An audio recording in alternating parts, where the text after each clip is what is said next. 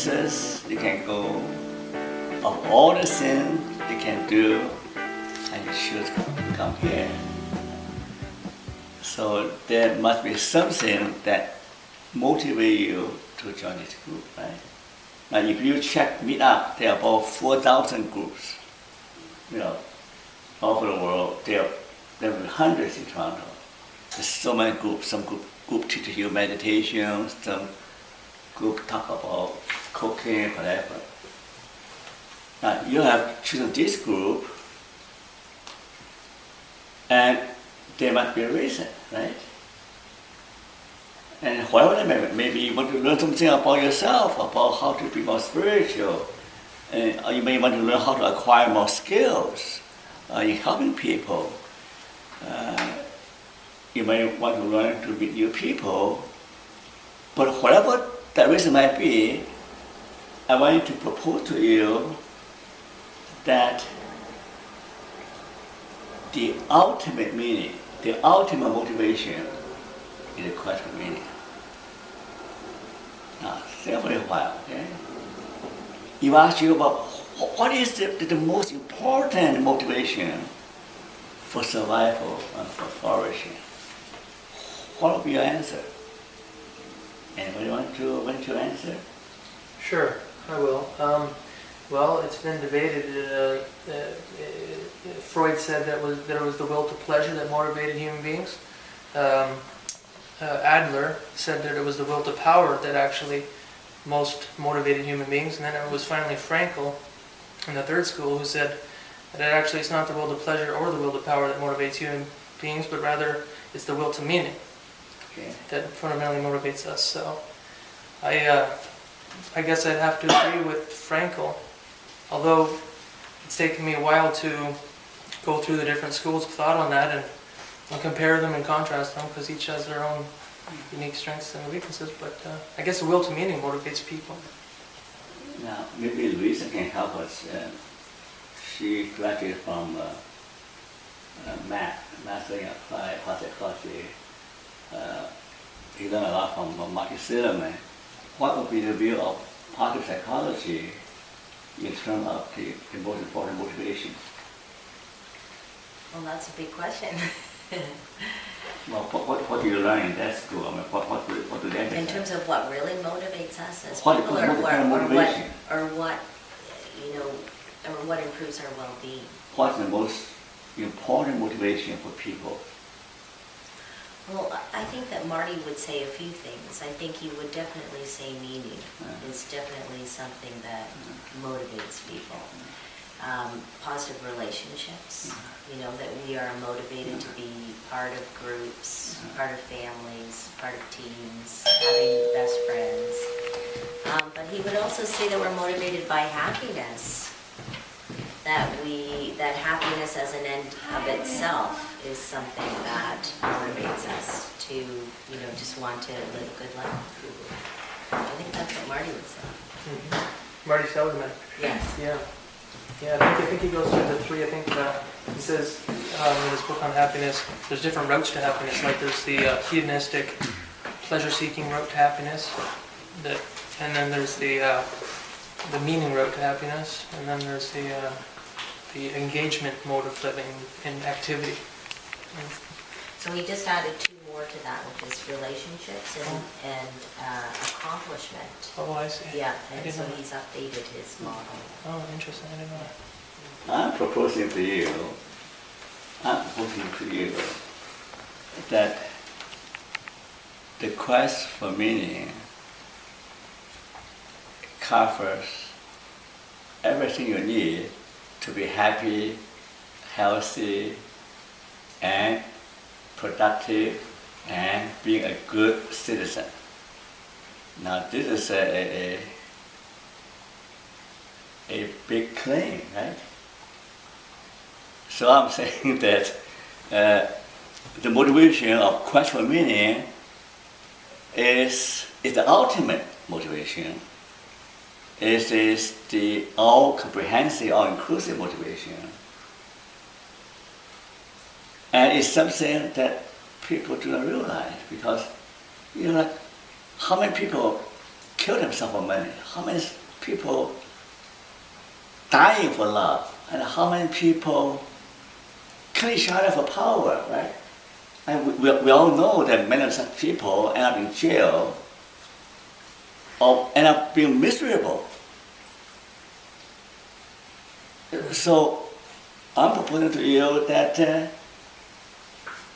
there are secrets to how to live well, how to live a meaningful life. Okay? And those secrets are not what people think they are. Okay? So if you take a glance of the course outline, you can, we live only once. How to live well and how to make it worthwhile. Mm-hmm. And the human agency, that we have the self-determination. Mm-hmm. We have free will. Is a blessing or a curse? The human transformation. Why do we ask why question? Why? Okay? And also, what is the meaning of my life? Right? How do you spend the rest of my life in a way that is satisfying,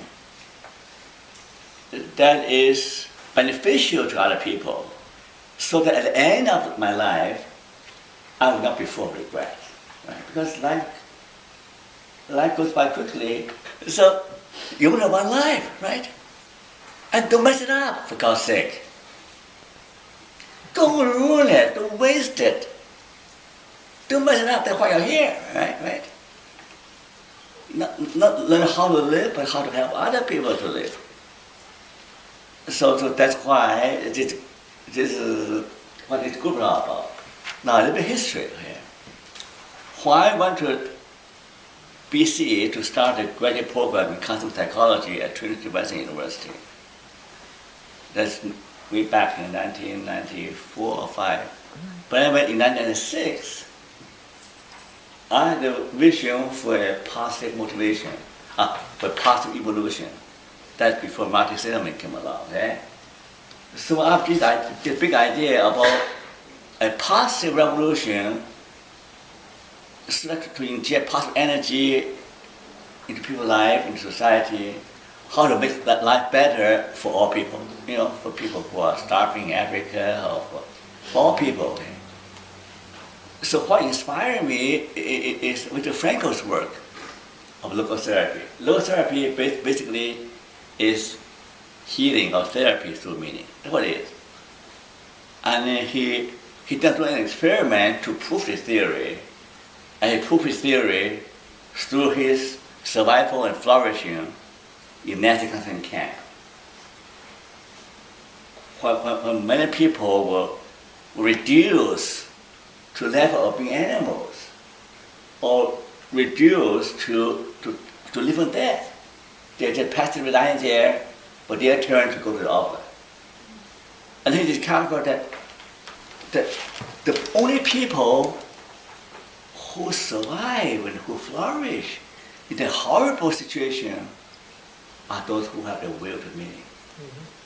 Mm-hmm. For him, at that time, what motivated him to live with dignity and with purpose and with certain level of joy is the hope of seeing his wife again. He often imagined his true love. Didn't know that she was dead at that time. Okay? But it doesn't matter. To able to communicate with his wife, and one day I'll see her, that already fills his heart with hope and joy. Another thing is that one day, if I survive this camp, I'll read a book on logotherapy. So he would grab a paper and write it down during his years in concentration camp. And the third thing is, that motivates him is altruism, is to help other prisoners to die well, to face the adversity and the horrible life, horrible prospect. That his meaning in life is to make other people feel like it's more meaningful. So that really inspired me. So at that time I said, so I started this international network on personal meaning, for short called IMPM, is to advance this vision to enhance people's happiness, well-being, and hope, and full functioning through discovering and meaning their life. That's how it started. Now, IMPM has three divisions. One is on research. So for that, we published a journal there, okay, on existential psychology, and we organize a meaning conference every 2 years. Okay, that's for research part. For practice, we offer Summer Institute and workshop to teach people meaning-oriented counseling therapy. Okay, so, and then the third division is public education to help the general public. That life doesn't have to be boring. Life doesn't have to be horrible. Life doesn't have to be depressive, absurd. Life can be joyful and hopeful. So the public education part. So for that, we publish a positive living newsletter. You all subscribing to that. So you can sign up at Mina.ca. Okay? And we also have this positive living, this kind of forum. And this project, this meetup, is the latest effort to connect with people saying that you do not have to be stuck where you are. You don't have to be stuck in your rotten marriage, rotten work, in your misery, in your trap. You don't have to be where you are, and you can move forward to a better life. So find out for yourself what your meaning, your passion, your purpose, your strengths, and the whole bunch of other things you need to find out. Right? So that's why we're here. So, any questions about this dreamer's account of what happened? Now, that paper, giving positive psychology away, give you a little bit about history about what I've done in the past 20 some odd years, 20 years. How I use meaning as a tool to help people. Okay? And so I'm open for questioning and. So where do humans get their meaning from? That will be in lesson 3.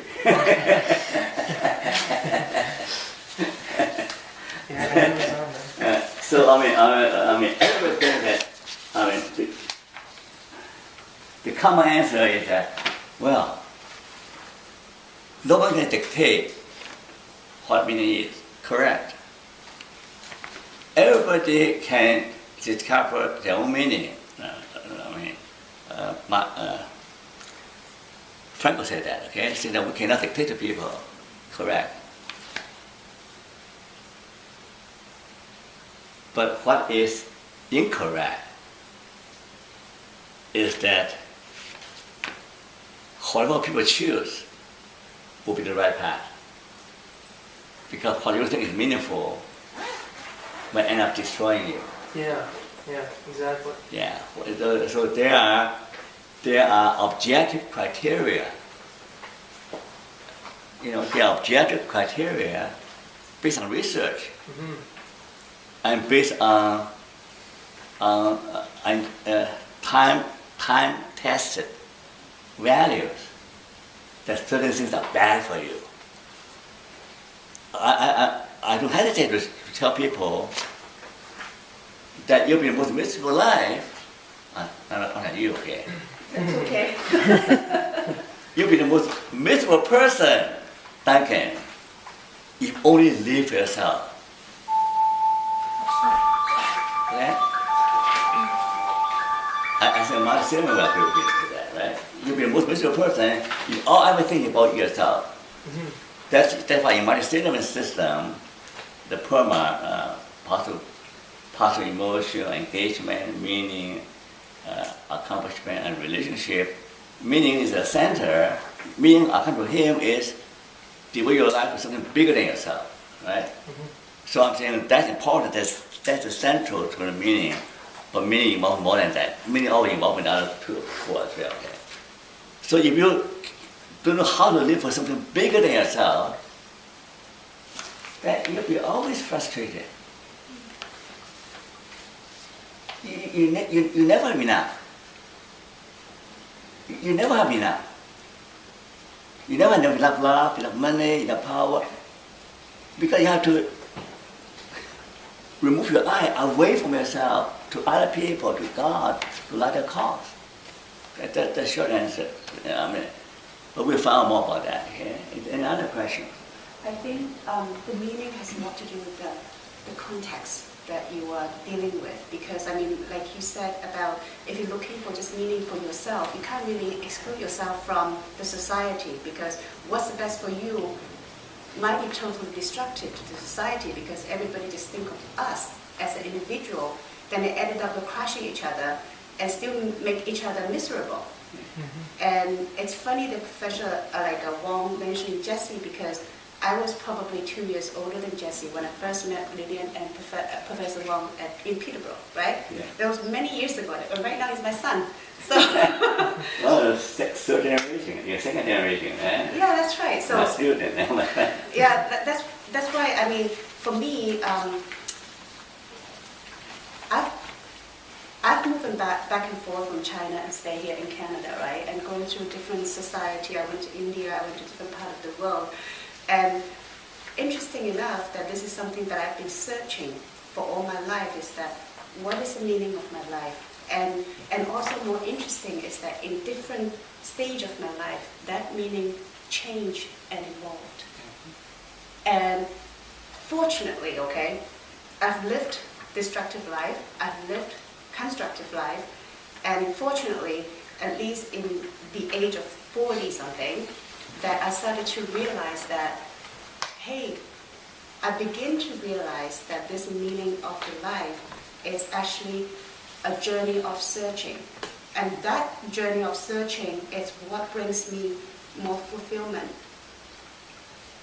Well put. So, we'll get more detail. Well, see, this is very important here. Okay? Why is I say that the question of meaning is the ultimate meaning? Because it is relevant to this young man, Jesse James. Jesse Penn. Relevant to him, and also relevant to this old man, Paul Wong. Now, for him, young people will be identity now. Who am I? What I'm going up to be? Am I going to be pretty, or am I going to be rich? Or am I going to be a rock star, or am I going to be a scientist? Young people, right? They're concerned about their identity, right? And for me, for her, will be in the middle. What do I do with the rest of my life? Coming out, right? For me, I have one foot in the grave already, right? I'm living on borrowed time. When I'm 74, how many people live in the 70s, right? So I said, well, how can I pass my learning, my wisdom to young people? So that kind of motivates me, right? How can I pass on all my learning, 30 years of research and practice and searching, how can I pass? That will motivate me to have this course. Right? So there is a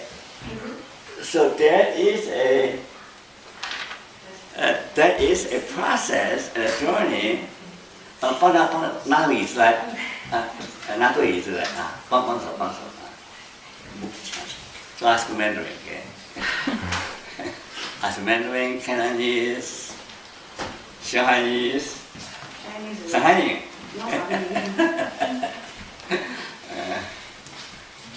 You think about that? Anyway, so where am I?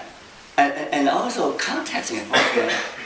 You see, one thing about my theory about question meaning, That is the individual part, that is the collective part. You see? As society plays a big role. If you live in a society where you have no freedom, where you cannot speak your mind, and you have no freedom to worship, or you're being discriminated against, then you say, well, I'll rise up and start revolution, right? And that's what's happening, in Middle East. In many parts of the world, people say, I can't really live as human being. Human agency, right? Human agency. I can't really live as a human being if I cannot determine my own future. Right? So conscience is important. And there's a lot to cover here. Now we look at the world, what happened. No totalitarian regime can last for long. Because deep in the human heart is the yearning for freedom and self-expression. Right? That's why I pray for China and I cry for China. I went to China to lecture several times. But I still hope that in China people can meet and gather and worship and the way to hear.